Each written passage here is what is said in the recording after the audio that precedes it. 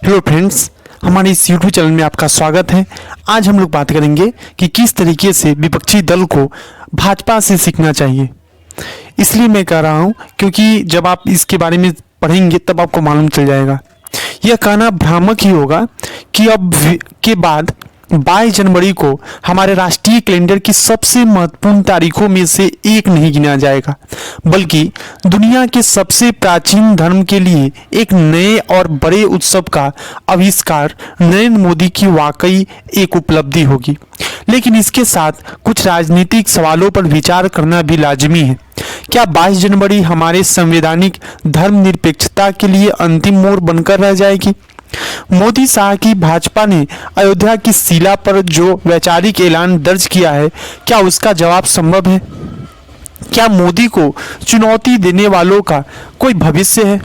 अयोध्या समारोह का सबसे अप्रत्याशित परिणाम यह दिखता है कि मोदी सरकार और भाजपा की विचारधारा को चुनौती देने वालों में से अधिकतर ने मानो बड़ी आसानी से हार मान ली है। कई लोगों को लग रहा है कि उस गणतंत्र का अस्तित्व खत्म हो गया है जिसमें हम पले बढ़े। इसमें कुछ सच्चाई हो सकती है, लेकिन लोकतंत्र का स्वभाव है कि निर्वाचित नेता अपना चरित्र और चाल बदल सकते हैं। यह गणतंत्र इंदिरा गांधी की इमरजेंसी की अग्नि परीक्षा से भी गुजर चुका है। उन्होंने जिन राजनीतिक शक्तियों को 21 महीने तक जेल में बंद रखा, उन्होंने इस गणतंत्र को पुनर्स्थापित करने का संकल्प दिखाया। उनके ही कुछ वारिस आज उसके बुनियादी सिद्धांतों को बदलने और उन्हें अलग तरह से परिभाषित करने की कोशिश कर रहे हैं। उन्हें चुनौती दी जा सकती है, जैसे 1970 के दशक में श्रीमती गांधी को दी गई थी। गौर कीजिए कि भाजपा के आंकड़े किस तरह बदलते गए हैं। इस पार्टी की स्थापना 1980 में हुई, जबकि उसी साल जनवरी में हुए चुनावों ने श्रीमती गांधी को फिर से सत्ता में बैठा दिया था। यह पार्टी पुरानी जनसंघ का नया अवतार थी और पूरी तरह संघ की विचारधारा का प्रतिनिधित्व करती थी। अपने पहले लोकसभा चुनाव में 1984 में वह महज 2 सीटें जीत पाई।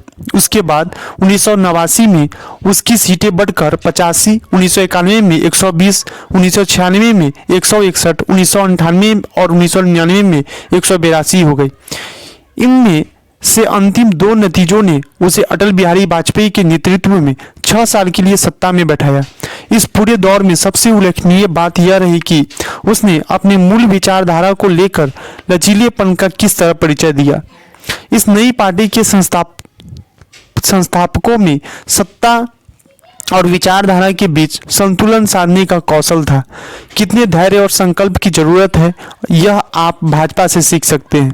1989 में वह 85 सीटें जीती थी और तब वह राष्ट्रीय गठबंधन में अपना हिस्सा मांग सकती थी, लेकिन उसने नहीं मांगा, बल्कि उसने वीपी सिंह के जनता दल को बाहर से समर्थन दिया, जबकि उसका सबसे कट्टर वैचारिक शत्रु वाम मोर्चा भी उस सरकार को समर्थन दे रहा था। शत्रु से हाथ मिलाने में भाजपा ने कोई शर्म नहीं की। कांग्रेस को कमजोर करने के लिए उसे सत्ता से दूर रखना था।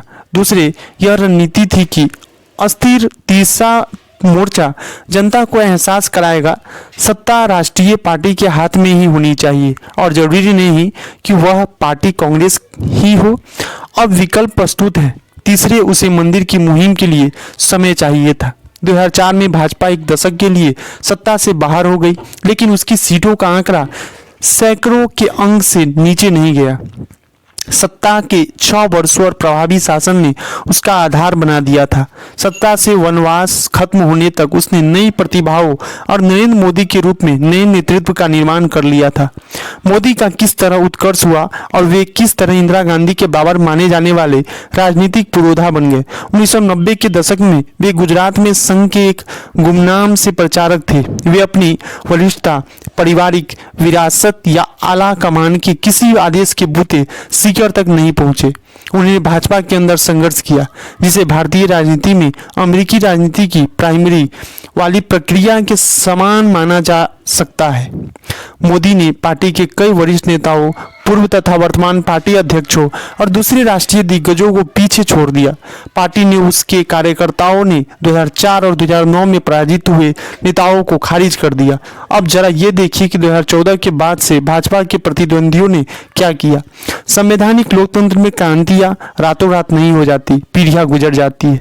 1984 की 2 सीटों वाली बदहाली से 2014 के बहुमत तक पहुंचने में भाजपा को 3 दशक की कड़ी मेहनत, धैर्य और कुछ बलिदान देने की जरूरत पड़ी। उसके नेताओं ने तब हाथ नहीं खड़े कर दिए थे जब उनकी पार्टी का अस्तित्व लगभग समाप्त हो गया था और श्रीमती गांधी ने 529 सीटों के लिए हुए चुनाव में 353 सीटों का विशाल बहुमत हासिल कर लिया था। तब अगर भाजपा के नेता यह कहते कि यह गणतंत्र का अंत है, तो वे आज 22 जनवरी के बाद हताश हुए मोदी के आलोचकों के मुकाबले ज़्यादा सही होते। खास तौर से इसलिए भी कि उन्हें 1980 में वे सोच सकते थे कि अभी अभी तो उन्होंने गणतंत्र को इमरजेंसी के चंगुल से मुक्त कराया था और मतदाताओं ने उनकी उपलब्धि पर इतनी जल्दी पानी फेर दिया। और भारत के लोग अगर श्रीमती गांधी को इतनी जल्दी सत्ता में वापस बैठाने को तैयार थे तो क्या वे लोकतंत्र के हकदार थे। लेकिन लोकतांत्रिक राजनीति हमेशा विचारधाराओं की लड़ाई होती है और संवैधानिक गणतंत्र कभी मारता नहीं है। तो ये था, आपको इस तरीके से हम आपको ये बता दिए कि भाजपा जो है किस तरीके से संघर्ष किया और विपक्षी दल को इसे सीखने की जरूरत है।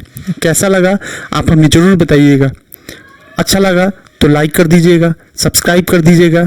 ऐसे ही वीडियो को आप हमसे प्राप्त करने के लिए आप हमारे चैनल को लाइक और सब्सक्राइब जरूर कर दीजिएगा। धन्यवाद।